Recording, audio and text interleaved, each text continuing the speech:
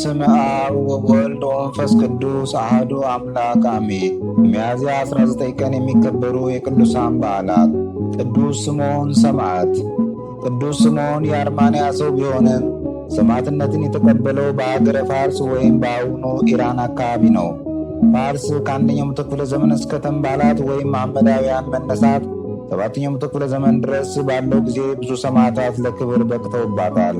ብዙዎቹ የዚያው የፋርስ ዜጎች ሲሆኑ ጥቂቶቹ ደግሞ የተሰዉት ከሌላ አገር መጥተው ነው። ፋርሳውያን አብዝተው ፀሐይን ያመልኩ ነበርና ክርስቲያኖችን የሚያሰቃዩት ይህችውን ፍጡር እያመለኩ እንዲንበረከኩ ነበር። ቅዱስ ስምዖን ከፋርስ ግዛቶች በአንዱ ኤጲስቆጶስነትን ወይም እረኝነትን ተሾሞ ነበርና የመከራው ተሳታፊ ሆኗል።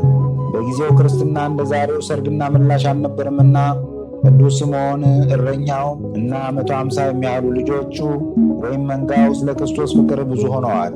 በእምነታቸው ጸንተው በመገኘታቸው እንዲገደሉ ተወስኖባቸው 151ዱም ተሰውተዋል። አምላከ ሰማዕታት በጽናታቸው አጽንቶ ከበረከታቸው ይክፈለን። ሚያዝያ 19 ቀን የሚከበሩ ዓመታዊ ቅዱሳን በዓላት፦ ቅዱስ ስምዖን ሰማዕት አርማንያዊ። 150 ቅዱሳን ሰማዕታት የስምዖን ማኅበር። በዚህ ዕለት የሚከበሩ ወርኃዊ ቅዱሳን በዓላት፦ ቅዱስ ገብርኤል ሊቀ መላእክት፣ ቅዱስ ኤስድሮስ ሰማዕት፣ አቡነ አብየ እግዚእ ጻድቅ፣ አቡነ ስነ ኢየሱስ፣ አቡነ ዮሴፍ ብርሃነ ዓለም፣ ቅዱስ ይምርሃነ ክርስቶስ ንጉሥ፣ አቡነ ዮሐንስ ዘጋና።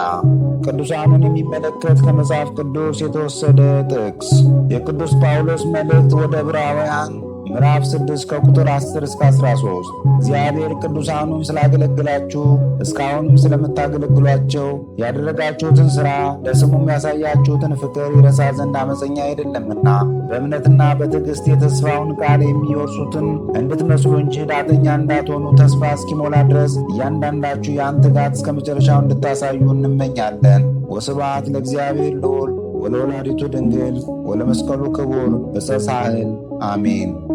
ዘአቅረብኩ አላፍ ቅዱሳንን አዘክሬ ምስጋናን አቀረብሁልህ። እኒህ ቅዱሳን ዘወትር አንተን ያገለገሉ ናቸው።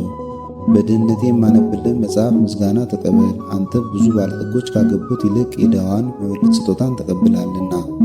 ቅዱሳን የሆናችሁ ነቢያት፣ ለማስተማር የተመረጣችሁ ሐዋርያት፣ ሰማዕታት፣ ጻድቃን፣ ትጉሃን የሆናችሁ መላእክት፣ እናንተም ደናግል ቸር የሆናችሁ መነኮሳት ይህችን ጉባኤ አንድነታችን መባረክን ባርኩ። ስትባርኩም ከሕፃናቱ ጀምራችሁ እስከ ሽማግሌው ድረስ ይሁን። በብራና በወረቀት የጻፈውን ሊያስደርስ በገንዘብ ዋጅቶ ያጻፈውን አምኖ ያነበበውን ወደ ሌላ ልሳንም የተረጎመውንም በዝነ ልቦና አምኖ የሰማውን ከጠብ ከክርክር ከመከራ ከችግር በምትሰውር በእናቱ በማርያም ጸሎት ኢየሱስ ክርስቶስ ሁላችን አንድ ላይ ይማረን፣ ቅዱስ መንፈሱንም ይላክልን ከዛሬ ጀምሮ ለዘላለሙ ዳግመኛም እስኪመጣ ድረስ አሜን።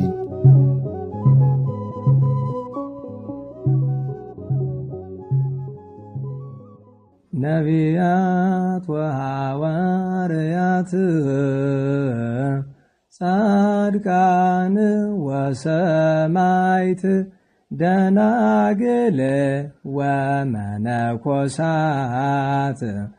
አይሩግ ወሕፃናት ገዳማውያን ወሊቃውንት ሰአሉ ለነ